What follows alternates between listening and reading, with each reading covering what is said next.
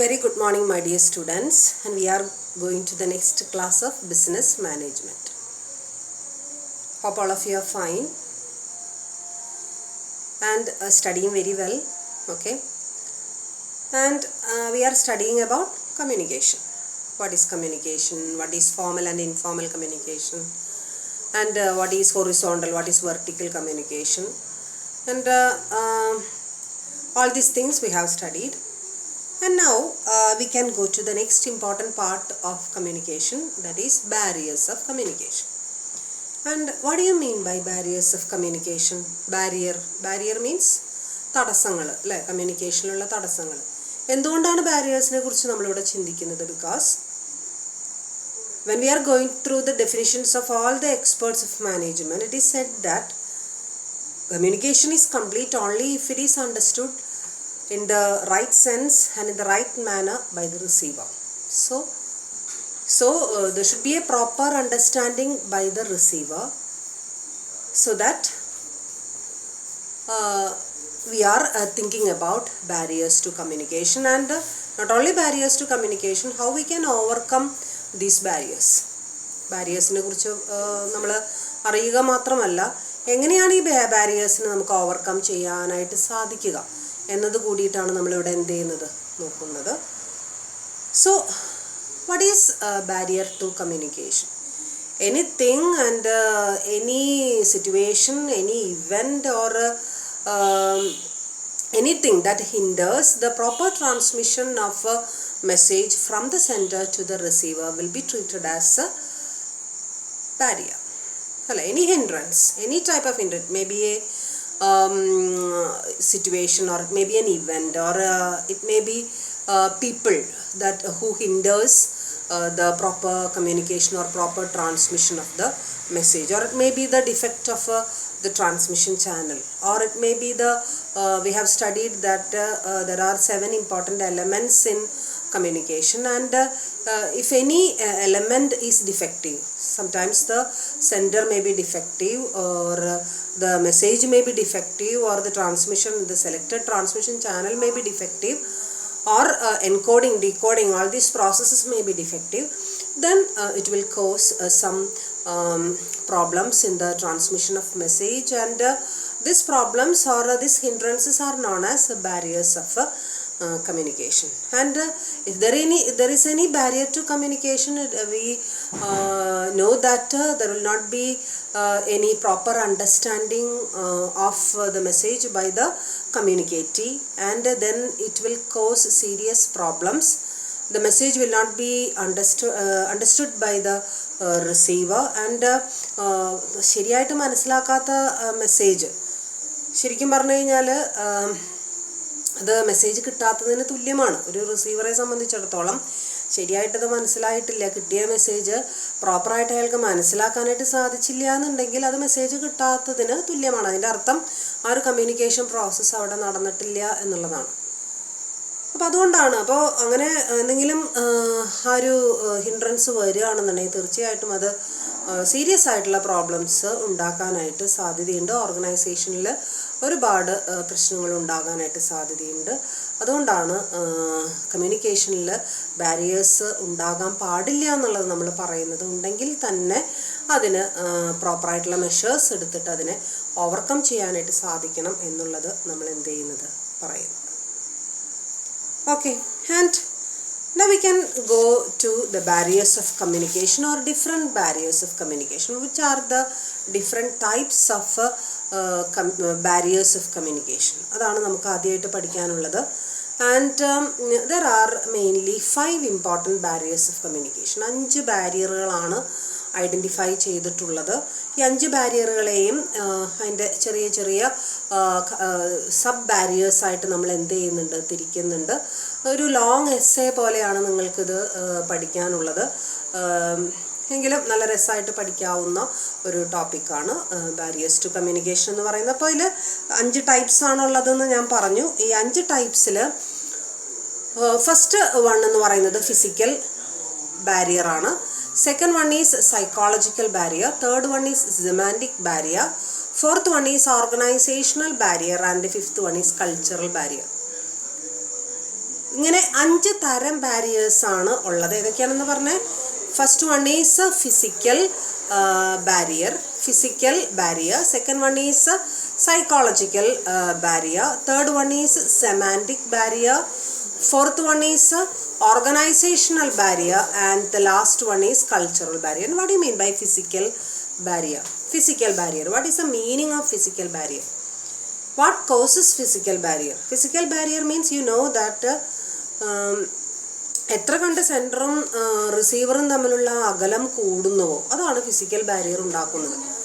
നമുക്കറിയാം, തൊട്ടടുത്തിരിക്കുന്ന 2 വ്യക്തികൾ തമ്മിൽ കാര്യങ്ങൾ പാസ് ചെയ്യുന്ന സമയത്ത്, കമ്മ്യൂണിക്കേഷൻ നടത്തുന്ന സമയത്ത് അവിടെ ഉണ്ടാകാവുന്ന ഹിൻഡ്രൻസുകളെക്കാളും കൂടുതലായിരിക്കും വളരെ അകലെയുള്ള ആൾക്കാർ തമ്മിൽ എന്ത് നടത്തുമ്പോഴുണ്ടാകുക, കമ്മ്യൂണിക്കേഷൻ നടത്തുമ്പോൾ ഉണ്ടാവുക. അതിന് സംശയമൊന്നുമില്ല അല്ലേ? അപ്പോൾ 2 പേര് അകലങ്ങളിലാണ് എന്നുള്ളതാണ് ഈ ഫിസിക്കൽ ബാരിയർ ഉണ്ടാക്കുന്ന ഒരു കാര്യം. ഒരു ഫിസിക്കൽ എക്സിസ്റ്റൻസ്, 2 പേരുടെയും ഫിസിക്കൽ എക്സിസ്റ്റൻസ് 2 സ്ഥലത്താവുമ്പോഴാണ് എന്ത് പ്രശ്നം സംഭവിക്കുന്നത്, ഈ ഒരു. അപ്പോൾ ഫിസിക്കൽ ബാരിയർ എന്ന് പറയുമ്പോൾ ഒരു ഫിസിക്കൽ എൻവയോൺമെൻറ്റിൽ ഉണ്ടാകുന്ന ആ ബാരിയേഴ്സിനെയാണ് നമ്മൾ ഉദ്ദേശിക്കുന്നത്. അവിടെ തന്നെ ഒരു 4 ബാരിയേഴ്സിനെ കുറിച്ച് പറയുന്നുണ്ട്. ഫിസിക്കൽ ബാരിയറുകളിൽ തന്നെ 4 എണ്ണം ഉണ്ട്. അതിൽ ഒന്നാമത്തെയാണ് നോയ്സ്, രണ്ടാമത്തേതാണ് മെക്കാനിക്കൽ ഡിഫക്ട്സ്, മൂന്നാമത്തെ ഇംപ്രോപ്പർ ടൈം ആൻഡ് ഡിസ്റ്റൻസ്, ലൈക്ക്വൈസ് നാലാമത്തെ ഇൻഫോർമേഷൻ ഓവർലോഡ്. ഇങ്ങനെ 4 ഫിസിക്കൽ ബാരിയറുകളെ കുറിച്ചിട്ടാണ് അവിടെ പറഞ്ഞിരിക്കുന്നത്. അതിൽ ആദ്യത്തേത് നോയ്സാണ്. നമുക്കറിയാം, വളരെ ഒച്ച കൂടിയൊരു സിറ്റുവേഷനിൽ നമ്മളൊരു കാര്യം കമ്മ്യൂണിക്കേറ്റ്, അത് ഏത് തരം കമ്മ്യൂണിക്കേഷൻ ആണെങ്കിലും, പ്രത്യേകിച്ച് ഓറൽ കമ്മ്യൂണിക്കേഷൻ ആണെങ്കിൽ അല്ലേ, റിട്ടൺ കമ്മ്യൂണിക്കേഷൻ ആണെങ്കിൽ പിന്നെയും അതിന് ഒരു എഫക്റ്റ് ഉണ്ടായിരിക്കും. അതേസമയം ഓറൽ കമ്മ്യൂണിക്കേഷൻ ആണെന്നുണ്ടെങ്കിൽ വളരെയധികം നോയ്സി ആയിട്ടുള്ളൊരു സിറ്റുവേഷനിൽ തീർച്ചയായിട്ടും അത് പ്രോപ്പർലി ആർക്ക് അണ്ടർസ്റ്റാൻഡ് ചെയ്യാനായിട്ട് സാധിക്കില്ല. റിസീവർക്ക് അണ്ടർസ്റ്റാൻഡ് ചെയ്യാനായിട്ട് വളരെയധികം ബുദ്ധിമുട്ടുണ്ടായിരിക്കും എന്നുള്ളതാണ് അവിടെ പറയുന്നത്. പ്രത്യേകിച്ചും അവിടെ sound of machines working in a factory makes oral communication difficult, and sound of processions using loudspeakers, horns of vehicles etcetera hinder communication in class റൂമിലാണെങ്കിൽ ടീച്ചേഴ്സ് ക്ലാസ് എടുക്കുന്ന സമയത്ത് കുട്ടികൾക്ക് ശരിക്കും കേൾക്കാം. അതൊക്കെ അല്ലേ പ്രോപ്പറായിട്ട് കമ്മ്യൂണിക്കേറ്റ് ചെയ്യപ്പെടാത്ത ഒരു സിറ്റുവേഷനാണ് നോയ്സ് ഉണ്ടാവുക എന്ന് പറയുന്നത്. തീർച്ചയായിട്ടും അത് നമുക്ക് പ്രത്യേകിച്ച് ഓറൽ കമ്മ്യൂണിക്കേഷനെയാണ് അത് എന്ത് ചെയ്യുന്നത്, എഫക്റ്റ് ചെയ്യുന്നത്. ഇനി രണ്ടാമതായിട്ട് വരുന്നത് മെക്കാനിക്കൽ ഡിഫക്റ്റ് അല്ലേ. മെക്കാനിക്കൽ ഡിഫക്റ്റുകൾ എന്ന് പറയുമ്പോൾ നമ്മളിപ്പോൾ 2 വ്യക്തികൾ 2 സ്ഥലങ്ങളിലാവുമ്പോൾ തീർച്ചയായിട്ടും നമുക്ക് മെക്കാനിക്കൽ ഡിവൈസ് യൂസ് ചെയ്തുകൊണ്ട് നമുക്ക് എന്ത് ചെയ്യേണ്ടി വരും, മെസ്സേജസ് ട്രാൻസ്മിറ്റ് ചെയ്യേണ്ടി വരും. അത് ചിലപ്പോൾ നമുക്കറിയാം, എന്താ പറയുക, ലെറ്റേഴ്സ് യൂസ് ചെയ്തിട്ടായിരിക്കാം. അതല്ലാന്നുണ്ടെങ്കിൽ നമ്മൾ ഫാക്സ് മെഷീൻസ് നമ്മൾ യൂസ് ചെയ്യാം, ടെലിഫോൺസ് നമ്മൾ യൂസ് ചെയ്യാം, കമ്പ്യൂട്ടേഴ്സ് എസ്പെഷ്യലി വളരെ കൂടുതൽ യൂസ് ചെയ്യുന്നതാണ് കമ്പ്യൂട്ടേഴ്സ്, അതായിരിക്കാം. അപ്പോൾ അങ്ങനെയൊക്കെ ചെയ്യുന്ന സമയത്ത് ആ ഡിവൈസുകളിൽ ഉണ്ടാകുന്ന ചില ഡിഫക്റ്റുകൾ അല്ലേ. എല്ലാ ടെക്നോളജി എന്ന് പറഞ്ഞു കഴിഞ്ഞാൽ കാര്യം വളരെ ഫാസ്റ്ററാണ്, കാര്യങ്ങൾ നല്ല രീതിയിൽ ചെയ്യാനായിട്ട് സാധിക്കും, ഒക്കെ ശരി തന്നെ. പക്ഷെ അതെപ്പോഴാണ് അത് ബ്രേക്ക് ഡൗൺ ആവുക, എപ്പോഴാണ് പ്രശ്നങ്ങൾ സംഭവിക്കുക, ഡിഫക്റ്റീവ് ആവുക എന്നുള്ളത് നമുക്ക് എന്ത് ചെയ്യാനായിട്ട് സാധിക്കില്ല, പറയാൻ സാധിക്കില്ല എന്നുള്ളതാണ് അതിൻ്റെ ഒരു കാര്യം. മനസ്സിലായോ?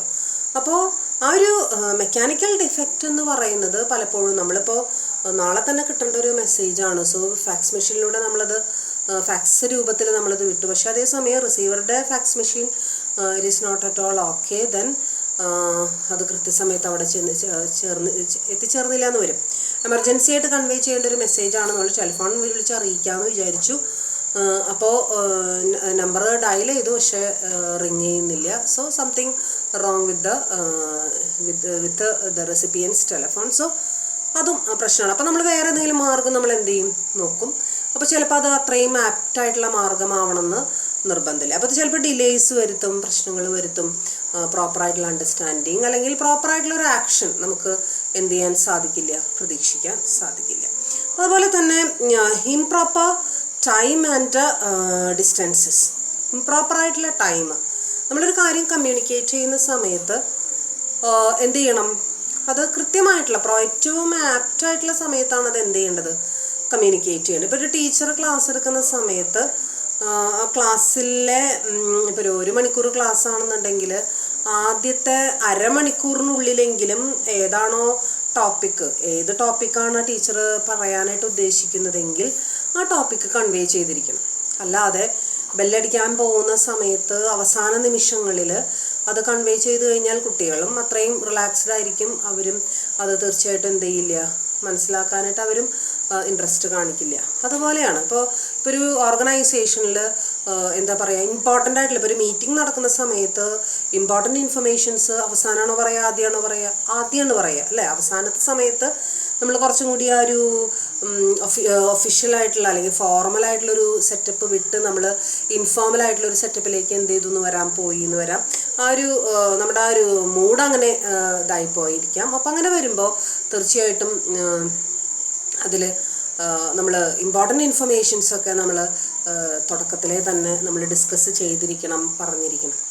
മനസ്സിലായോ? അപ്പോൾ അങ്ങനെ അതുപോലെ തന്നെ എന്താ പറയുക, നമ്മുടെ ഇവിടെ എക്സാമ്പിൾ കൊടുത്തിരിക്കുന്നത് ഇപ്പോൾ ലഞ്ച് ബ്രേക്കിൻ്റെ ഇടയിലൊക്കെ ഓരോ കാര്യങ്ങൾ ഇൻഫർമേഷൻ കൊടുത്തു കഴിഞ്ഞാൽ ചിലപ്പോൾ ആൾക്കാർ നല്ല രീതിയിൽ കേൾക്കണം എന്ന് നിർബന്ധമില്ല. അപ്പോൾ കമ്മ്യൂണിക്കേറ്റ് ചെയ്യുമ്പോൾ കൃത്യമായിട്ടുള്ള ആ ഒരു സമയത്തായിരിക്കണം അതെന്ത് ചെയ്യേണ്ടത്, കമ്മ്യൂണിക്കേറ്റ് ചെയ്യേണ്ടത്. അതോടൊപ്പം തന്നെ ഡിസ്റ്റൻസ്. ഇപ്പോൾ ഇത്രയും ഡിസ്റ്റൻസിലിരിക്കുന്ന ആൾക്കാർക്ക് കമ്മ്യൂണിക്കേറ്റ് ചെയ്യുമ്പോൾ അത്രയും പ്രോപ്പറായിട്ടുള്ള ഡിവൈസ് നമ്മൾ എന്ത് ചെയ്തിരിക്കണം, യൂസ് ചെയ്തിരിക്കണം അല്ലേ. വളരെ ലോങ്ങിലിരിക്കുന്ന ഒരു ആളെ സംബന്ധിച്ചിടത്തോളം അയാൾക്ക് എങ്ങനെയാണോ പ്രോപ്പറായിട്ട് നമ്മൾ അറിയിക്കേണ്ടത് ആ രീതിയിലൂടെ തന്നെ നമുക്ക് എന്ത് ചെയ്യാൻ പറ്റണം, അറിയിക്കാനായിട്ട് സാധിക്കണം. എത്രയും ക്ലോസ് ആണോ അല്ലെങ്കിൽ എത്രയും അടുത്തിരിക്കുന്നോ അത്രയും എഫക്റ്റീവ് ആയിരിക്കും, അതിന് യാതൊരു സംശയവുമില്ല. അതേസമയം എത്രയും അകന്നിരിക്കുന്നുവോ അതിനനുസരിച്ച് കമ്മ്യൂണിക്കേഷൻ, ഞാൻ കഴിഞ്ഞ ഏതോ ഒരു ക്ലാസ്സിലൊരു എക്സാമ്പിൾ പറഞ്ഞിരുന്നു അല്ലേ. ഇപ്പോൾ ഒരാളോട് നമ്മളൊരു മെസ്സേജ് പറഞ്ഞ് ആ മെസ്സേജ് ബാക്കിയുള്ളവരിലേക്ക് 1 by 1 ആയിട്ട് പാസ് ചെയ്യാൻ പറഞ്ഞു കഴിഞ്ഞാൽ ഏറ്റവും അവസാനം പറയുന്ന ആൾ നേരെ ഓപ്പോസിറ്റ് മെസ്സേജ് ആയിരിക്കും പറയുക. അപ്പം അതിൻ്റെ അർത്ഥം ഒരാളിൽ നിന്ന് വേറൊരാളിലേക്ക് അത് പാസ് ചെയ്യപ്പെട്ട് പോകുമ്പോൾ തീർച്ചയായിട്ടും അതിൻ്റേതായിട്ടുള്ള ചില ഡിസ്റ്റോർഷൻസ് എന്ത് ചെയ്യപ്പെടുന്നുണ്ട്, സംഭവിക്കുന്നുണ്ട്. അപ്പോൾ ഈ ഡിസ്റ്റൻസ് എന്ന് പറയുന്നത് വലിയൊരു പ്രശ്നം തന്നെയാണ്. എത്ര ഡിസ്റ്റൻസ് കൂടുന്നോ അത്രയധികം ആ ഒരു ഇൻഎഫക്റ്റീവ്നെസ് എന്തിലുണ്ടായിരിക്കും, കമ്മ്യൂണിക്കേഷനിലുണ്ടായിരിക്കും എന്നുള്ളതാണ് അവിടെ പറയുന്ന ഒരു കാര്യം. And next one is information overload. ഓവർലോഡായിട്ടുള്ള ഇൻഫർമേഷൻ. ഇപ്പോൾ നമ്മളിപ്പോൾ ഒരു ലെറ്ററിൽ 1 2 3 4 5 6 9 10 എന്നും പറഞ്ഞിട്ടൊരു 10 ഇൻഫർമേഷൻസ് ഒരുമിച്ച് കൊടുത്തു കഴിഞ്ഞാൽ ചിലപ്പോൾ ഇത് വായിക്കുന്ന ആൾക്ക് അതിലൊന്നോ രണ്ടെണ്ണമൊക്കെ ഓർമ്മയുണ്ടാവുള്ളൂ.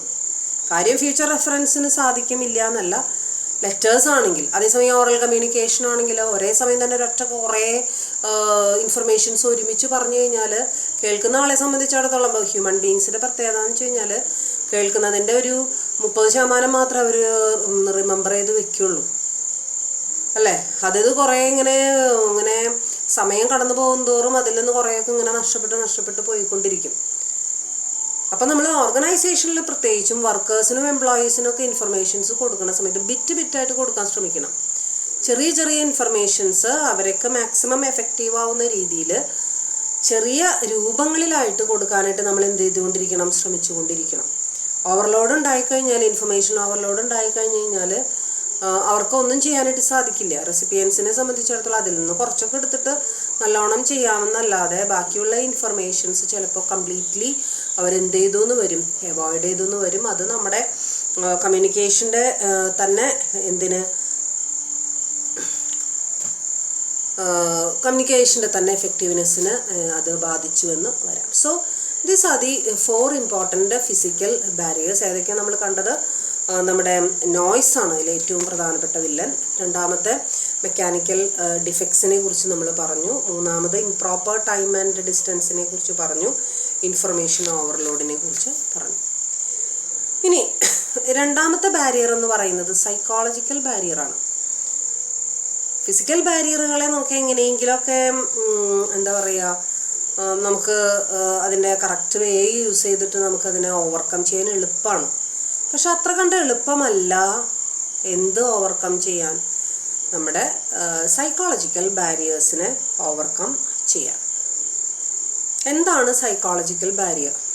The barrier caused by the psychological emotions or psychological mood of the recipient is known as psychological barrier. ആ സൈക്കോളജിക്കൽ മൂഡ്, ആ സൈക്കോളജിക്കൽ ആയിട്ടുള്ള ചില സ്റ്റേറ്റ് ഓഫ് മൈൻഡുകൾ അല്ലേ, അവരുടെ ഇമോഷൻസ്, അവരുടെ ആറ്റിറ്റ്യൂഡ്സ്, ചില പെർസെപ്ഷനുകൾ അല്ലേ, അവരുടെ പേഴ്സണാലിറ്റീസ്, ഇതൊക്കെ എന്തിനെ ബാധിച്ചു? റെസിപ്പിയൻസിൻ്റെ മാത്രമല്ല കേട്ടോ, സെൻഡേഴ്സിൻ്റെ ആയാലും അവരുടെ ചില പേഴ്സെപ്ഷൻ, ഇന്ന ആളോട് പറഞ്ഞു കഴിഞ്ഞാൽ ഇന്ന പോലെയൊക്കെ നടക്കുള്ളൂ, അല്ലെങ്കിൽ ഇന്ന ആളോട് പറഞ്ഞാൽ നല്ലപോലെ നടക്കും, അങ്ങനെയൊക്കെയുള്ള ചില മുൻധാരണകൾ, ചില വിശ്വാസങ്ങൾ, ചില ആറ്റിറ്റ്യൂഡുകൾ, ഇതൊക്കെ എന്തിനെ ബാധിച്ചു എന്ന് വരാം? കമ്മ്യൂണിക്കേഷനെ ബാധിച്ചു എന്ന് വരാം. അതിൽ നമ്മൾ വീണ്ടും ഒരു 5 സൈക്കോളജിക്കൽ ബാരിയറുകളെ കുറിച്ചിട്ട് അവിടെ പറയുന്നുണ്ട്. മാനസികമായ ചില പ്രശ്നങ്ങൾ മൂലം, പ്രശ്നങ്ങൾ എന്ന് വെച്ചാൽ മനോരോഗം അല്ലെങ്കിൽ ഭ്രാന്ത് എന്നല്ല അവിടെ ഉദ്ദേശിക്കുന്നത്. ചില പേഴ്സണാലിറ്റീസിന് എല്ലാവരും ഒരേപോലെയൊന്നുമല്ല. പലരോടും ഒരു കാര്യം പറഞ്ഞു കഴിഞ്ഞാൽ പലരും പല രീതിയിലാണ് അത് കേൾക്കുന്നതും അതിനോട് റിയാക്ട് ചെയ്യുന്നതും അല്ലേ. ഇപ്പോൾ നിങ്ങളുടെ ക്ലാസ്സിൽ തന്നെ ഇപ്പോൾ ഒരു 60 പേരുണ്ടെന്നുണ്ടെങ്കിൽ 60 പേരോട് ഒരു കാര്യം പറഞ്ഞു കഴിഞ്ഞാൽ 60 രീതിയിലായിരിക്കും റിയാക്ട് ചെയ്യുന്നത് അല്ലേ. അപ്പോൾ അതിന് പേഴ്സണാലിറ്റി ഡിഫറൻസുകൾ എല്ലായിടത്തും ഉണ്ട്. ആ സൈക്കോളജിക്കൽ ഡിഫറൻസുകൾ എല്ലാ സ്ഥലങ്ങളിലും ഉണ്ട്. അതാണ് എന്തിനെ എഫക്റ്റ് ചെയ്യുന്നത്? കമ്മ്യൂണിക്കേഷനെ എഫക്റ്റ് ചെയ്യുന്നത്. അപ്പം അങ്ങനെ വരുമ്പോൾ അതിൽ എന്തൊക്കെയാണ് ഈ സൈക്കോളജിക്കൽ ബാരിയേഴ്സായിട്ട് വരുന്നത് എന്നുള്ളത് നമുക്ക് എന്ത് ചെയ്ത് നോക്കി നോക്കാം. അതിൽ ആദ്യം വരുന്നത് പ്രീമച്വർ ഇവാലുവേഷനാണ്. പ്രീമച്വർ ഇവാലുവേഷൻ എന്താണ്? പ്രീമച്വർ ഇവാലുവേഷൻ എന്ന് പറഞ്ഞു കഴിഞ്ഞാൽ, പ്രീമച്വർ ഇവാലുവേഷൻ എന്ന് വെച്ച് കഴിഞ്ഞാൽ ഇപ്പോൾ നമ്മൾ സാധാരണ പറയാറുണ്ട്, മുഴുവൻ കാര്യം കേൾക്കാതെ നമ്മൾ ചില ഇതിനോട് റിയാക്ട് ചെയ്യും, മുഴുവനായിട്ട് മനസ്സിലാക്കാതെ അല്ലേ. ഒരാൾ ഇപ്പം ഞാൻ സെൻഡറാണ്, വേറൊരാൾ റിസീവറാണ്. ഞാൻ പറയുന്ന കാര്യം ആദ്യം മുതൽ അവസാനം വരെ കേട്ടാലാണ് എന്ത് ചെയ്യാൻ പറ്റുള്ളൂ. എനിക്കതിൽ കറക്റ്റായിട്ടുള്ളൊരു റിയാക്ഷൻ അല്ലെങ്കിൽ ഫീഡ്ബാക്ക് എനിക്ക് കൊടുക്കാനായിട്ട് സാധിക്കുള്ളൂ. അല്ലാതെ ഒരു 10 സെൻറ്റൻസ് എനിക്ക് പറയാനുണ്ടെങ്കിൽ അതിൽ 5ാമത്തെ സെൻറ്റൻസ് കഴിയുമ്പോൾ തന്നെ മറ്റേ ആൾ റിയാക്ട് ചെയ്ത് തുടങ്ങിയാൽ അത് ചിലരുടെ സ്വഭാവമാണ്. അവർക്ക് ചിലപ്പോൾ കുറേ നേരം കോൺസെൻട്രേറ്റ് ചെയ്ത് നിൽക്കാനായിട്ട് സാധിക്കില്ല, മറ്റുള്ളവരെ ലിസൺ ചെയ്യാനായിട്ട് സാധിക്കില്ല. എപ്പോഴും ധൃതി പിടിച്ച് കാര്യങ്ങൾ ചെയ്യുന്ന ചില ആൾക്കാരുണ്ട്. അപ്പം അങ്ങനെ വരുമ്പോൾ കാര്യങ്ങൾ ഇവാലുവേറ്റ് ചെയ്യാനായിട്ട്, ശരിയായിട്ടുള്ള രീതിയിൽ ഇവാലുവേറ്റ് ചെയ്യാനായിട്ട് അവർക്ക് സാധിച്ചുവെന്ന് വരില്ല. അതായത് ഒരാളെക്കുറിച്ച് അല്ലെങ്കിൽ ഒരു സംഭവത്തിനെ കുറിച്ച്, ഒരു സ്ഥാപനത്തെക്കുറിച്ച് ഒക്കെ പൂർണ്ണമായിട്ട് മനസ്സിലാക്കുന്നതിന് മുൻപ് എന്ത് ചെയ്യുക? റിയാക്ട് ചെയ്യുക. അപ്പോൾ എന്താ പറ്റുമെന്ന് വെച്ച് കഴിഞ്ഞാൽ ആ ഇവാലുവേഷൻ കറക്റ്റ് ആവില്ല അല്ലേ. അതായത് ഇപ്പോൾ ഒരു വ്യക്തിയെക്കുറിച്ച് ചിലപ്പോൾ ചില ആൾക്കാർ പറയും, ഒരാളെ കാണുമ്പോൾ തന്നെ അറിയാം അയാൾ അത്രയേ ഉള്ളൂ, അല്ലെങ്കിൽ അയാൾ ഭയങ്കര മോശമാണ്. അതേസമയം അടുത്ത ഇടപഴകി കഴിയുമ്പോഴായിരിക്കും മനസ്സിലാവുക നല്ലവനായിരുന്നു അല്ലെങ്കിൽ അല്ലേ. അപ്പം അങ്ങനത്തെ പ്രീമച്വർ ആയിട്ടുള്ള ഇവാലുവേഷൻസ് ഒരിക്കലും നമ്മൾ നടത്താൻ പാടില്ല. നടത്തി കഴിഞ്ഞാൽ ആ ഇവാലുവേഷനിലൂടെ ഉണ്ടാകുന്ന ഡിസിഷൻസ് ശരിയാവണമെന്നില്ല. മനസ്സിലായി. അപ്പോൾ വ്യക്തികളെ കുറിച്ച് മാത്രമല്ല, ചില സംഭവങ്ങളെക്കുറിച്ച്, ചില സിസ്റ്റങ്ങളെക്കുറിച്ച്, അല്ലെങ്കിൽ ചില സ്ഥാപനങ്ങളെയൊക്കെ കുറിച്ച് നമ്മൾ പറയുന്നത് പൂർണ്ണമായിട്ടും ഇവാലുവേറ്റ് ചെയ്തിട്ടാണോ? അത് കമ്മ്യൂണിക്കേഷൻ്റെ അഭാവമാണ്, അല്ലെങ്കിൽ കമ്മ്യൂണിക്കേഷൻ അവിടെ പൂർണ്ണമല്ല എന്നുള്ളതാണ് അവിടുത്തെ അർത്ഥം. അപ്പോൾ അങ്ങനെയുള്ള പ്രീമച്വർ ഇവാലുവേഷൻസ് അവിടെ പാടില്ല. ഉണ്ടെങ്കിൽ അത് ഹിൻഡ്രൻസ് തന്നെയാണ്, അത് ബാരിയർ തന്നെയാണ്. അതുപോലെ തന്നെ ലാക്ക് ഓഫ് അറ്റൻഷൻ അറ്റൻറ്റീവായിട്ട് ഇരിക്കാതിരിക്കുക. അപ്പോൾ ക്ലാസ്സിൽ ടീച്ചേഴ്സ് പറയുന്ന സമയത്ത് അത് പൂർണ്ണമായിട്ട് കേട്ടിരിക്കാൻ ചില കുട്ടികൾക്ക് സാധിക്കില്ല. അത് അവരുടെ സൈക്കോളജിക്കൽ പ്രശ്നമാണ് അല്ലേ. പെട്ടെന്ന് ഡിസ്ട്രാക്റ്റഡ് ആവും, മാത്രമല്ല മറ്റുള്ളവരെയും ചിലപ്പോൾ ഡിസ്ട്രാക്റ്റഡ് ആക്കിയെന്നും വരാം അല്ലേ. അപ്പോൾ അങ്ങനെയുള്ള കുട്ടികൾക്ക് മാത്രമല്ല, അതിപ്പോൾ ഏത് ഇതിലായാലും ഓർഗനൈസേഷനിലായാലും ഈ കുട്ടികളാണല്ലോ വളർന്ന് അവർ പല സ്ഥാപനങ്ങളിലും ജോലിക്ക് എന്ത് ചെയ്യുന്നത്, പോകുന്നത്. അപ്പം അങ്ങനെ ചെയ്യുന്ന സമയത്ത് അവിടെയും ഉണ്ടാവും ഇങ്ങനത്തെ ആൾക്കാർ. ഒരു ഇൻസ്ട്രക്ഷൻ പറഞ്ഞു കഴിഞ്ഞാൽ അത് അവരെന്ത് ചെയ്യില്ല, അറ്റൻറ്റീവായിട്ട് കേൾക്കില്ല. അപ്പം എന്ത് പറ്റി? സംശയമായി അല്ലേ. സംശയമായി കഴിഞ്ഞാൽ കമ്മ്യൂണിക്കേഷൻ കംപ്ലീറ്റ് ആയില്ല. അപ്പോൾ നമ്മൾ വീണ്ടും അതെന്ത് ചെയ്യേണ്ടി വരും? ആവർത്തിക്കേണ്ടി വരും. അങ്ങനെ വരുമ്പോൾ ചിലപ്പോൾ അത് കൂടുതൽ പ്രശ്നങ്ങളിലേക്ക് എന്ത് ചെയ്യാം, പോകാനായിട്ട് ഉള്ള വഴിയുണ്ട്. Sometimes The manager may be busy with some important file to be submitted to the superior. Here, his mind is preoccupied with something. In such situation, when employee explains his problem, he will be less attentive. അല്ലേ? ഇപ്പോൾ ചിലപ്പോൾ organisation എന്ന് വെച്ച് കഴിഞ്ഞാൽ superior ചിലപ്പോൾ ചില ഫയലുകൾ തയ്യാറാക്കുന്നതിൻ്റെ തിരക്കിലായിരിക്കാം സുപ്പീരിയർക്ക് submit ചെയ്യാനായിട്ട്. അപ്പം അങ്ങനെ വരുമ്പോൾ ഒരു എംപ്ലോയി വന്നിട്ട് അയാളുടെ വീട്ടിലെ പ്രശ്നങ്ങളും നാട്ടിലെ പ്രശ്നങ്ങളും അയാളുടെ പേഴ്സണലായിട്ടുള്ള പല പ്രശ്നങ്ങളും ഒക്കെ പറയുന്നത് അയാൾ കേൾക്കണമെന്ന് നിർബന്ധമില്ല, അല്ലേ? കാരണം അയാൾക്ക് അറ്റൻറ്റീവായിട്ടിരിക്കാനായിട്ട് സാധിക്കുന്നില്ല. അതിൻ്റെ ഇടയിൽ കുറേ ഡിസ്ട്രാക്ഷൻസ് സംഭവിച്ചിരിക്കുന്നു. അവിടെ കമ്മ്യൂണിക്കേഷൻ എന്തല്ല, പൂർണ്ണമല്ല. അതുപോലെ തന്നെ loss by transmission and poor retention. Loss by transmission. എന്താണ് ലോസ് ബൈ ട്രാൻസ്മിഷൻ എന്നാണ് നേരത്തെ ഞാൻ ഒരു കാര്യം പറഞ്ഞത്. ട്രാൻസ്മിഷനിലൂടെ നഷ്ടപ്പെട്ടു പോവുക. എന്ത് നഷ്ടപ്പെട്ടു പോവുക? ഒരു കമ്മ്യൂണിക്കേഷൻ്റെ ഏറ്റവും പ്രധാനപ്പെട്ട ചില അംശങ്ങൾ ട്രാൻസ്മിറ്റ് ചെയ്യുമ്പോൾ എന്ത് ചെയ്തു പോവുക? നഷ്ടപ്പെട്ടു പോകുന്ന അവസ്ഥ. നഷ്ടപ്പെട്ടു പോയി കഴിഞ്ഞാൽ അതിൻ്റെ അർത്ഥം എന്താ? അത് കമ്മ്യൂണിക്കേഷൻ പൂർണ്ണമല്ല എന്നുള്ളതാണ് അതിൻ്റെ അർത്ഥം, അല്ലേ? അപ്പോൾ നമ്മളിപ്പോൾ ചിലപ്പോൾ 3 സെൻറ്റൻസ് ആയിരിക്കും നമ്മളൊരു കമ്മ്യൂണിക്കേഷനിലൂടെ പറഞ്ഞിട്ടുണ്ടായിരിക്കുക. പക്ഷേ ആദ്യത്തെ 2 സെൻറ്റൻസ് മാത്രമേ ആ ഒരു കമ്മ്യൂണിക്കേഷൻ്റെ ആ ഒരു ചെയിൻ, ആ ഒരു നെറ്റ്വർക്ക് പൂർത്തിയായി വന്നപ്പോൾ ആദ്യത്തെ 2 സെൻറ്റൻസ് മാത്രമേ അവസാനത്തേതിലേക്ക് എത്തിയുള്ളൂ. അപ്പോൾ എന്ത് പറ്റി? ആ കമ്മ്യൂണിക്കേഷൻ പൂർണ്ണമാവില്ല. മാത്രമല്ല ഒരു കാര്യം കൂടി അവിടെ പറഞ്ഞിട്ടുണ്ട്, ലാക്ക് ഓഫ് റിട്ടൻഷൻ.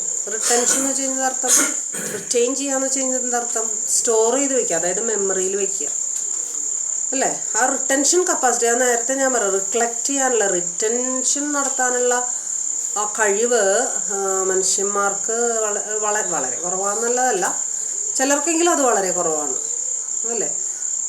എന്തിനേലും പൂർണ്ണമായിട്ടൊരു കാര്യം ഓർത്ത് വയ്ക്കുക എന്ന് പറയുന്നത് വളരെ ഡിഫിക്കൽട്ടായിട്ടുള്ളൊരു ടാസ്ക്കാണ്. എങ്കിലും ചിലരിലെങ്കിലും അത് വളരെ കുറവായിട്ട് നമുക്ക് എന്ത് ചെയ്യേണ്ടിയിരിക്കണം, കാണേണ്ടിയിരിക്കണം. അപ്പം അങ്ങനെയുള്ള സന്ദർഭം, ആ റിട്ടൻഷൻ പവറിൻ്റെ ഏറ്റക്കുറച്ചിലുകൾ എന്തിനെ ബാധിച്ചു എന്ന് വരും? കമ്മ്യൂണിക്കേഷനെ ബാധിച്ചു എന്ന് വരും.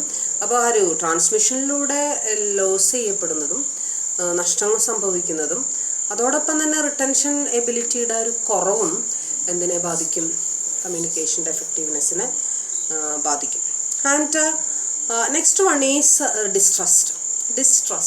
വട്ട് you mean by distrust? Distrust എന്ന് പറയുന്നത് എന്തിൻ്റെ ഓപ്പോസിറ്റ് വേർഡാണ്? Distrust is the opposite word for trust. ട്രസ്റ്റിൻ്റെ നേരെ ഓപ്പോസിറ്റാണ് ഡിസ്ട്രസ്റ്റ്. എന്താണ് ട്രസ്റ്റ്? ട്രസ്റ്റ് എന്ന് പറഞ്ഞു കഴിഞ്ഞാൽ വിശ്വസിക്കുക, മറ്റുള്ളവരെ വിശ്വസിക്കുക, മറ്റുള്ളവരോട് ആത്മാർത്ഥമായിട്ട് ഇടപെടുക, സ്വയവും വിശ്വസിക്കുക. That is trust. And what is distrust? മറ്റുള്ളവരിൽ വിശ്വാസമില്ലായ്മ, അല്ലേ? ഞാനൊരു കാര്യം വേറൊരാളോട് ചെയ്യാൻ പറഞ്ഞു, പക്ഷേ എനിക്ക് പേടിയാണ്, അയാൾ ചെയ്യാവോ എന്നുള്ള പേടി. അപ്പം ഞാൻ അയാളുടെ പിന്നാലെ ചിലപ്പോൾ എന്ത് ചെയ്യും? പോവും. അയാൾ ചെയ്യുന്നുണ്ടോ എന്ന് ഞാൻ എന്ത് ചെയ്യും? നോക്കും. അങ്ങനെ നോക്കിക്കഴിഞ്ഞാൽ ചിലപ്പോൾ മറ്റേ ആൾക്ക് എന്തായി? ആൾക്ക് വിഷമാവും. അങ്ങനെ വിഷമാവുന്ന സമയത്ത് പിന്നെ അത് കമ്മ്യൂണിക്കേഷൻ അവിടെ എഫക്റ്റീവ് ആവില്ല. അയാൾ ചിലപ്പോൾ അയാൾ ചെയ്യുന്നതിൽ നിന്നും അയാൾ തന്നെ പിന്തിരിഞ്ഞ് പോകുന്നു എന്ന് വരാം. അപ്പോൾ ആ ഒരു ഡിസ്ട്രസ്റ്റ്, ആ ഒരു വിശ്വാസമില്ലായ്മ പലപ്പോഴും കമ്മ്യൂണിക്കേഷൻ്റെ പൂർണ്ണതയെ എന്ത് ചെയ്യുന്നു? എഫക്റ്റ് ചെയ്യുന്നു. If there is A distrust between the sender and the receiver, it acts as a barrier, and if they don't believe each other, they cannot understand each other's message in the true sense. അല്ലേ? Sender പറഞ്ഞ കാര്യം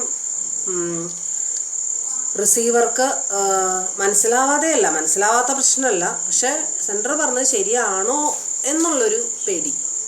മനസ്സിലാവുന്നതിൽ കുഴപ്പമില്ല, പക്ഷേ അയാൾ പറഞ്ഞത് ശരിയാവോ, അയാൾ നുണ പറയുന്ന ആളാണ്, നുണ പറയുന്നതാവോ എന്നൊക്കെ ഒരു വിശ്വാസമില്ലാത്തൊരു സിറ്റുവേഷൻ വന്നു കഴിഞ്ഞാൽ കമ്മ്യൂണിക്കേഷൻ എന്തായി? കംപ്ലീറ്റ് ആവില്ല. പെട്ടെന്ന് ഒരു ഫീഡ്ബാക്ക് കൊടുക്കാൻ പറ്റില്ല. ആക്ഷൻ പെട്ടെന്ന് എന്ത് ചെയ്യില്ല, വരില്ല. And next one is attitudes and opinions.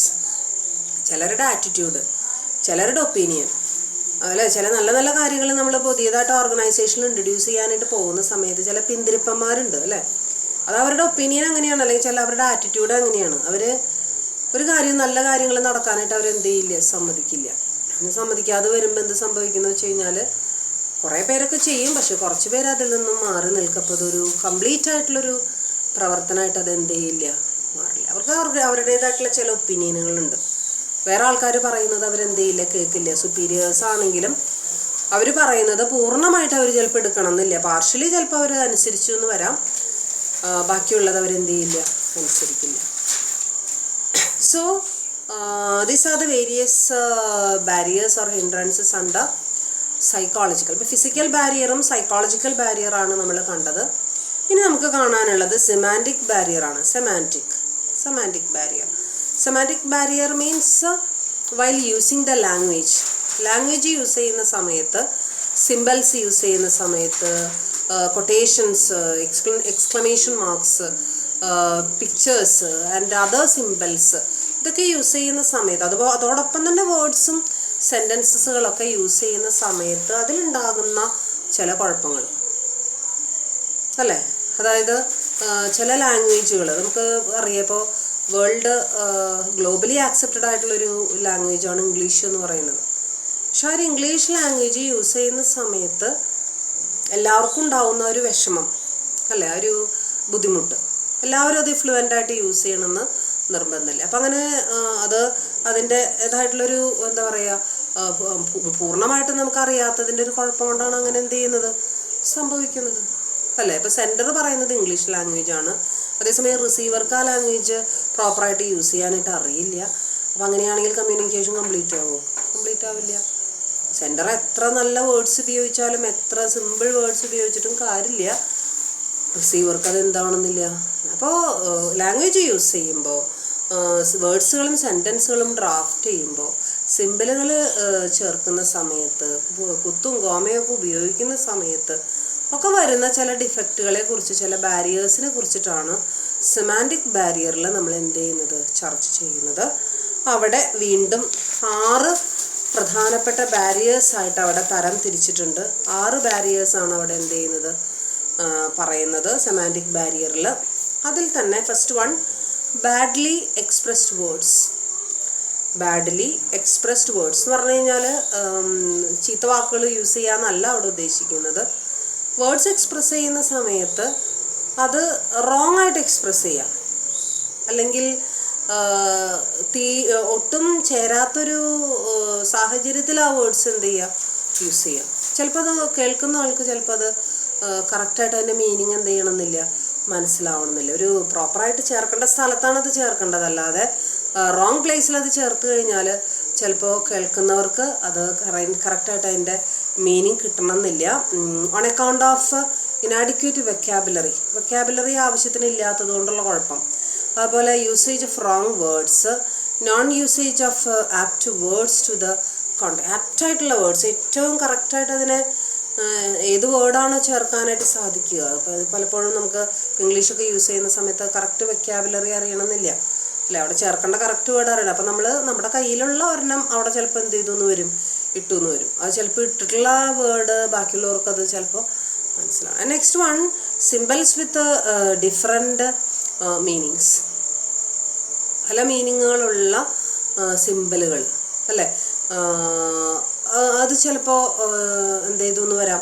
ഇപ്പം നമ്മൾ ഏറ്റവും കൂടുതൽ സോഷ്യൽ മീഡിയകളിലൊക്കെ പല തരം ഇമോജീസും അങ്ങനെയുള്ള എക്സ്പ്രഷൻസിനെ സൂചിപ്പിക്കുന്ന, നമ്മുടെ സ്റ്റേറ്റ് ഓഫ് മൈൻഡിനെ സൂചിപ്പിക്കുന്ന പല കാര്യങ്ങളും നമ്മളവിടെ കാണുന്നതാണ്. പക്ഷേ ആപ്റ്റായിട്ട് അത് യൂസ് ചെയ്യും. ഇപ്പോൾ ഏറ്റവും കൂടുതൽ അറിയാം നമുക്ക് ഇങ്ങനെയുള്ള റിട്ടൺ ആൻഡ് ഓറൽ കമ്മ്യൂണിക്കേഷനേക്കാളും കൂടുതൽ കമ്മ്യൂണിക്കേഷൻ നടക്കുന്നത് അവിടെയൊക്കെയാണ്.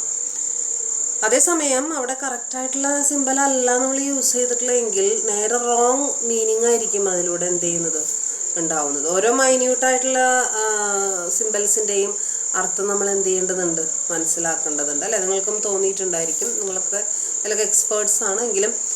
അപ്പം അങ്ങനെയുള്ള സിംബൽസിൻ്റെ തന്നെ സിംബൽസ് റോങ് ആയിട്ട് എന്ത് ചെയ്യുക, യൂസ് ചെയ്യുക, ഡിഫറെൻറ്റ് മീനിങ്സോട് കൂടിയിട്ട് എന്ത് ചെയ്യുക, യൂസ് ചെയ്യുക. Different words and different symbols means different to different people.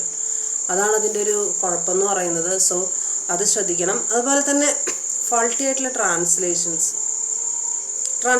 അല്ലേ. ഇപ്പോൾ ഒരു ഹിന്ദി ലാംഗ്വേജ് യൂസ് ചെയ്തിട്ടൊരു സെൻറ്റർ ഒരു മെസ്സേജ് അയച്ചു കഴിഞ്ഞാൽ, ഹിന്ദി എന്താ പറയുക, കുറച്ചൊക്കെ അറിയാം, മുഴുവൻ അറിയില്ല എന്നുള്ളൊരു വ്യക്തി, ഒരു റിസീവർ അത് ട്രാൻസ്ലേറ്റ് ചെയ്ത് വരുമ്പോൾ, അത് ഡീകോഡ് ചെയ്ത് വരുമ്പോൾ ചിലപ്പോൾ റോങ് മീനിങ് ആയിരിക്കാം അതിനെന്ത് ചെയ്യുന്നത്, വരുന്നത് അല്ലേ. അപ്പോൾ അവിടെ ആ റോങ് ട്രാൻസ്ലേഷൻസ്, നമ്മളൊരു വാക്കിന് കൊടുക്കുന്ന ആ മീനിങ്ങിന് തെറ്റായിട്ടുള്ള ഒരു മീനിങ് കൊടുത്തു കഴിഞ്ഞാൽ തീർച്ചയായിട്ടും അത് മെസ്സേജ് നേരെ ഓപ്പോസിറ്റ് മെസ്സേജ് ആയിരിക്കും എന്ത് ചെയ്യാം, പോവുക.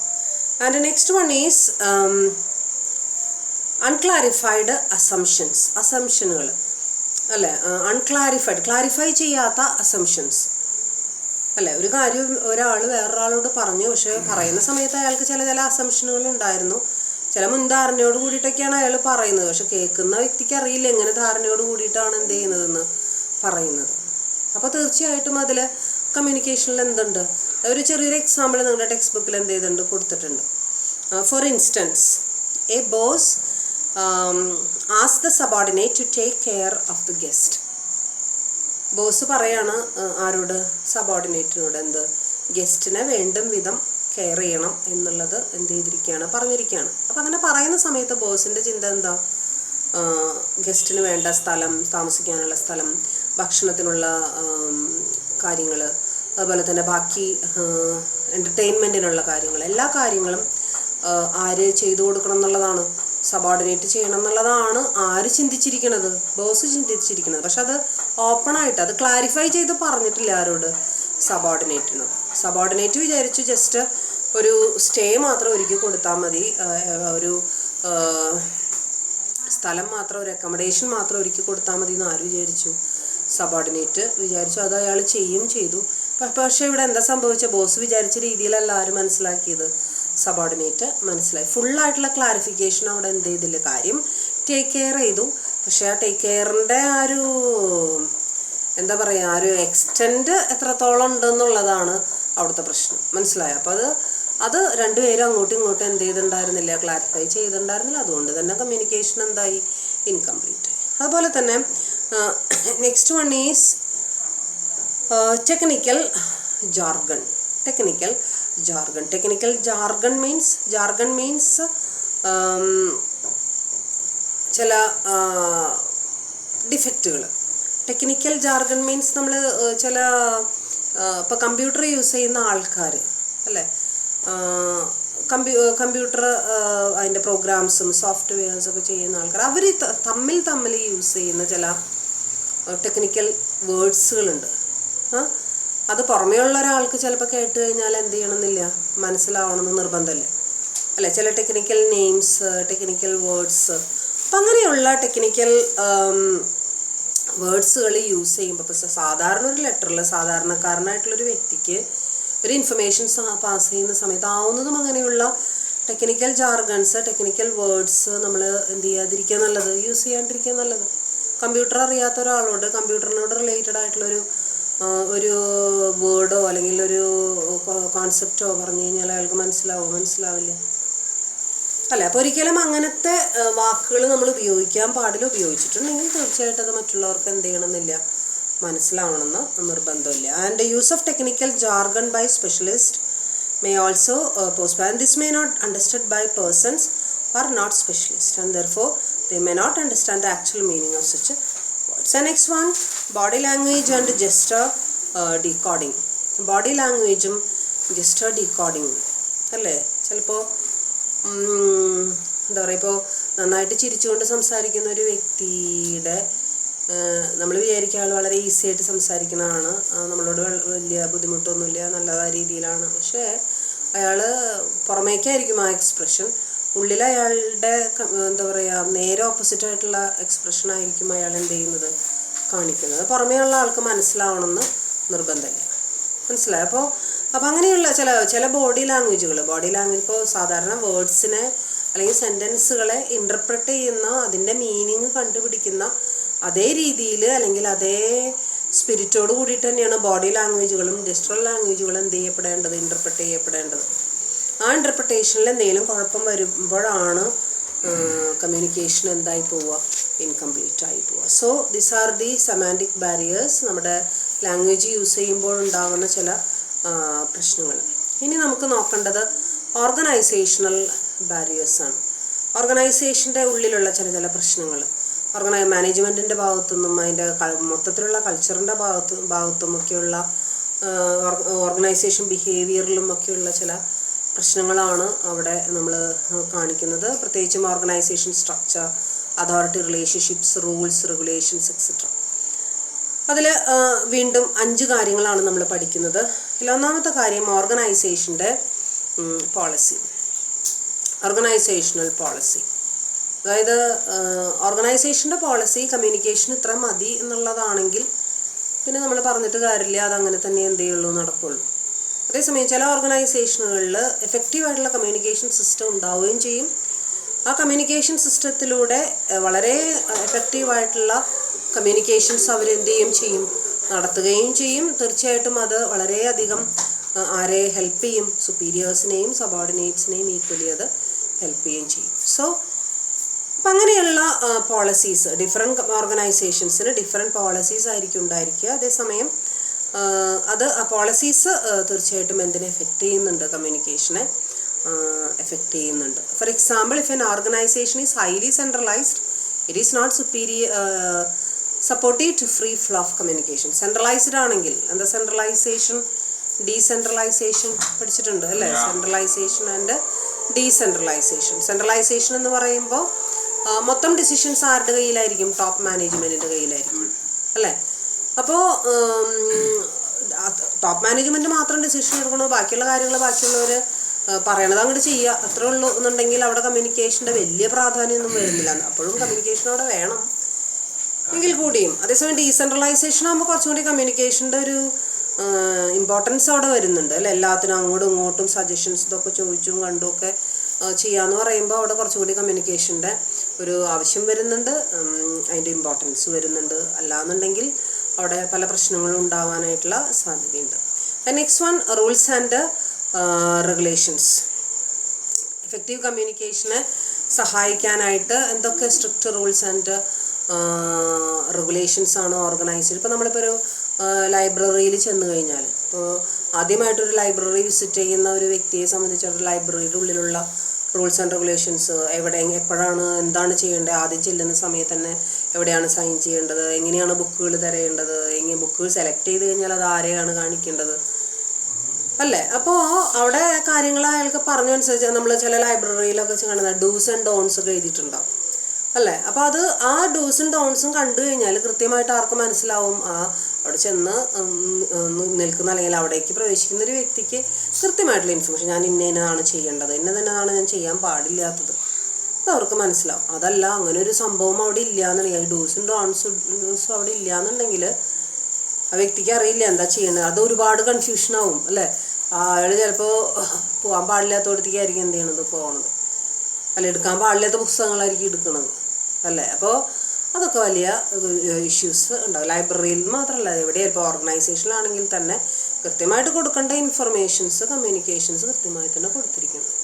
അതല്ലാന്നുണ്ടെങ്കിൽ എല്ലാം ഡിലേയ്സും വരും, കൺഫ്യൂഷൻസും വരും, ഓവർലാപ്പിങ്, ഡ്യൂപ്ലിക്കേഷൻസ് ഇതൊക്കെ അവിടെ ഉണ്ടാവാൻ സാധ്യതയുണ്ട്. And next one is status എന്ന് പറയുന്നത് ഓർഗനൈസേഷനിൽ ഉണ്ടാവാൻ, ഓർഗനൈസേഷൻ സ്ട്രക്ചറിൻ്റെ ഭാഗമായിട്ടുണ്ടാകുന്ന ഒരു പ്രശ്നമാണ് സ്റ്റാറ്റസ് എന്ന് പറയുന്നത് അല്ല. Different people have different status. അവരുടെ പൊസിഷൻ, ജോബ് പൊസിഷനുകൾ, ഒരു തമ്മിലുള്ള ഈഗോ ക്ലാഷുകൾ, കോൺഫ്ലിക്റ്റുകൾ, ഇതൊക്കെ പലപ്പോഴും എന്തുണ്ടാക്കാനായിട്ട് സാധ്യതയുണ്ട്, പ്രശ്നങ്ങൾ ഉണ്ടാക്കാനായിട്ട് സാധ്യതയുണ്ട്. ചിലപ്പോൾ ചില ലോവർ ലെവലിലുള്ള എംപ്ലോയീസ് ഹയർ ലെവലിലുള്ള ആൾക്കാരോട് സംസാരിക്കാനായിട്ട് ബുദ്ധിമുട്ടുള്ളവരുണ്ടാവും, ഓപ്പണായിട്ട് കാര്യങ്ങൾ പറയാൻ ബുദ്ധിമുട്ടുള്ളവരുണ്ട് അല്ലേ? അത് ആ ഒരു സ്റ്റാറ്റസ് കാരണം സംഭവിക്കുന്നതാണ്. നമ്മളെപ്പോലെ ഒരേ എന്താ പറയുക, ഒന്നിച്ചു നടക്കുന്നവരാണെങ്കിൽ അല്ലെങ്കിൽ ഒരേ പൊസിഷനിലുള്ളവരാണെങ്കിൽ ആ ഒരു ബുദ്ധിമുട്ട് നമുക്ക് ഫീൽ ചെയ്യില്ല. അതേസമയം ഡിഫറെൻറ്റ് സ്റ്റാറ്റസ് വരുമ്പോൾ അത് ആ ഒരു ഫ്രീ കമ്മ്യൂണിക്കേഷൻ അവിടെ ചിലപ്പോൾ എന്താവണമെന്നില്ല, എളുപ്പമാവണമെന്നില്ല. അപ്പോൾ അത് പലവിധ പ്രശ്നങ്ങളിലേക്കും നയിച്ചു എന്ന് വരും. And next one is complexity in the organisation structure അല്ലേ? എന്താണ് ഓർഗനൈസേഷൻ സ്ട്രക്ചർ? നിങ്ങൾക്കറിയാം അല്ലേ? ഓർഗനൈസേഷൻ സ്ട്രക്ചർ നിങ്ങളെ മിനിമിസ് പഠിപ്പിച്ചിട്ടുണ്ടാവും എന്താണ് ഓർഗനൈസേഷൻ സ്ട്രക്ചർ എന്ന്. ഓർഗനൈസേഷൻ സ്ട്രക്ചർ എന്ന് വെച്ച് കഴിഞ്ഞാൽ it is the authority, responsibility, relationship between various people inside the organisation അല്ലേ? സുപ്പീരിയേഴ്സും സബോർഡിനേറ്റ്സും തമ്മിലുള്ള റിലേഷൻഷിപ്പിനെ സൂചിപ്പിക്കുന്നതാണ് ഈ ഓർഗനൈസേഷൻ സ്ട്രക്ചർ. നമുക്ക് വരയ്ക്കാം, ഡയഗ്രമായിട്ട് എന്ത് ചെയ്യാം, വരയ്ക്കാം. പക്ഷേ ചില ഡയഗ്രാം നോക്കിക്കഴിഞ്ഞാൽ നമുക്ക് ഒരു എത്തിപ്പിടി കിട്ടില്ല, ഇത് എവിടെ നിന്നാണ് തുടങ്ങി എവിടെയാണ് അവസാനിക്കുന്നത്, ആകെ കോംപ്ലക്സ് ആയിരിക്കും. ആരാണ്, ആരുടെ സുപ്പീരിയർ ആണ്, എത്ര സബോർഡിനേറ്റ്സ് ഉണ്ട് എന്നൊന്നും നമുക്ക് ചിലപ്പോൾ അങ്ങോട്ട് കൃത്യമായിട്ട് മനസ്സിലാക്കാൻ പറ്റാത്ത രീതിയിൽ അങ്ങോട്ടും ഇങ്ങോട്ടും റിലേഷൻഷിപ്പ് വെച്ച് ഭയങ്കര കോംപ്ലക്സ് ആക്കിയിട്ടുള്ള ചില ഓർഗനൈസേഷൻ സ്ട്രക്ചർ നമുക്ക് കാണാം. അങ്ങനെയാണെങ്കിൽ എന്ത് സംഭവിക്കുക, ഫോർമൽ കമ്മ്യൂണിക്കേഷൻ ഭയങ്കര ബുദ്ധിമുട്ടായിരിക്കും.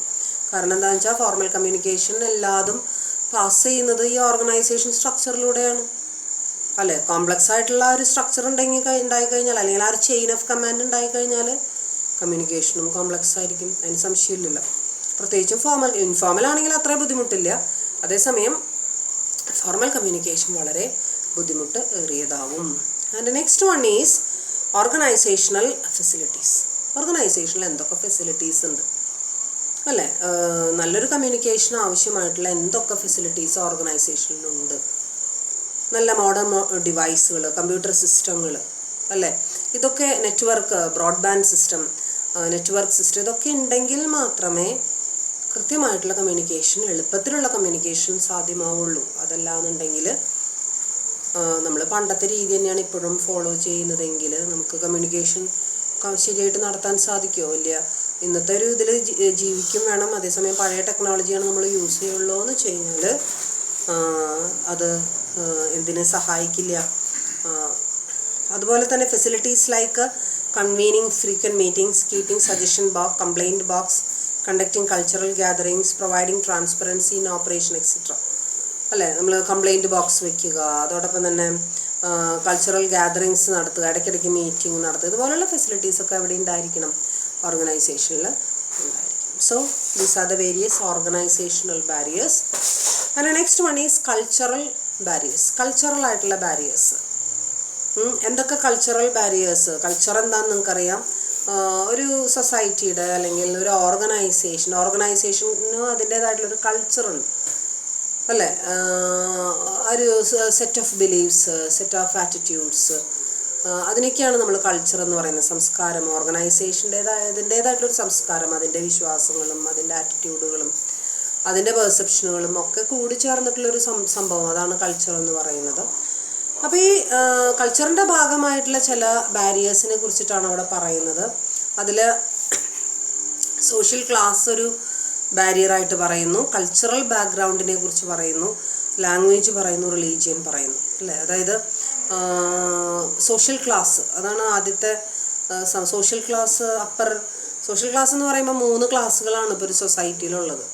അപ്പർ ക്ലാസ് ഉണ്ട്, മിഡിൽ ക്ലാസ് ഉണ്ട്, ലോവർ ക്ലാസ് ഉണ്ട്. അങ്ങനെയാണ് 3 പണ്ട് തൊട്ടേ ഉള്ളൊരു ക്ലാസിഫിക്കേഷനാണത് അല്ലേ. ഈ അപ്പർ ക്ലാസ്സിൻ പീപ്പിളിനോട് സംസാരിക്കാൻ middle class and lower class sometimes they may hesitate അല്ലേ. Middle level people lower level പീപ്പിളിനോട് ചിലപ്പോൾ ഈ ഫ്രീലി മിങ്കിൾ ചെയ്തൊന്നും വരില്ല. അപ്പോൾ അങ്ങനെയുള്ള സോഷ്യൽ ക്ലാസ്സുകൾ തമ്മിലുള്ള ചില പ്രശ്നങ്ങൾ, കമ്മ്യൂണിക്കേറ്റ് ചെയ്യാനുള്ള ബുദ്ധിമുട്ടുകൾ, അത് ചിലപ്പോൾ എന്തിനെ എഫക്റ്റ് ചെയ്തു എന്ന് വരാം, നമ്മുടെ കമ്മ്യൂണിക്കേഷനെ എഫക്റ്റ് ചെയ്തു എന്ന് വരാം. അതോടൊപ്പം തന്നെ കൾച്ചറൽ ബാക്ക്ഗ്രൗണ്ട്, അതായത് നമുക്കറിയാം ഒരു ഓർഗനൈസേഷൻ എന്ന് പറയുമ്പോൾ different families, different societies and even from different countries അല്ലേ, അങ്ങനെയുള്ള ആൾക്കാർ തമ്മിൽ കൂടിച്ചേർന്ന് വർക്ക് ചെയ്യുന്നൊരു പൊതുവായിട്ടുള്ളൊരു സ്ഥലമാണ് ഓർഗനൈസേഷൻ. അപ്പം അങ്ങനെ ചെയ്യുന്ന സമയത്ത് അവർ തമ്മിലുള്ള ചില ആശയക്കുഴപ്പങ്ങൾ, ആ ഒരു കൾച്ചറൽ ബാക്ക്ഗ്രൗണ്ടിലുള്ളൊരു വ്യത്യാസം അല്ലേ, ആ വ്യത്യാസങ്ങൾ ചിലപ്പോൾ അപ്പോൾ ഡിഫറെൻറ്റ് കൺട്രീസിൽ നിന്നൊക്കെ വരുമ്പോൾ പ്രത്യേകിച്ചും അല്ലേ കൾച്ചറൽ ബാക്ക്ഗ്രൗണ്ട് വളരെ ഡിഫറെൻ്റ് ആയിരിക്കും. ചിലപ്പോൾ നമുക്ക് ഒത്തുചേർന്ന് പോകാനായിട്ട് സാധിച്ചു എന്ന് വരില്ല. ഓക്കെ, അപ്പോൾ അങ്ങനെയുള്ള ചില കൾച്ചറൽ ബാക്ക്ഗ്രൗണ്ടിലുള്ള വ്യത്യാസം തീർച്ചയായിട്ടും ചില പ്രശ്നങ്ങൾ ഉണ്ടാക്കിയെന്ന് വരും. അതോടൊപ്പം തന്നെ ലാംഗ്വേജ് നമ്മുടെ കൾച്ചറൽ ബാക്ക്ഗ്രൗണ്ടിൽ വരുന്ന വേറൊരു സംഭവമാണ്. കൾച്ചറൽ ബാരിയറിൽ വരുന്നതാണ് ലാംഗ്വേജ്. ഡിഫറെൻറ്റ് ലാംഗ്വേജസ് ആണ് ഡിഫറെൻറ്റ് സിറ്റുവേഷൻസിൽ അല്ലെങ്കിൽ ഡിഫറെൻറ്റ് കൺട്രീസിൽ യൂസ് ചെയ്യുന്നത്. അത് ചിലപ്പോൾ എഫക്റ്റീവ് ആവണമെന്ന് നിർബന്ധമില്ല. And next one is religion may also help or religion. അപ്പോൾ നമ്മൾ കമ്മ്യൂണിക്കേഷൻ ബാരിയേഴ്സിനെ കുറിച്ചിട്ടാണ് ഇന്ന് നമ്മൾ ചർച്ച ചെയ്തത്. 5 ബാരിയറുകളെ കുറിച്ച് പറഞ്ഞു. ഏതൊക്കെയത്?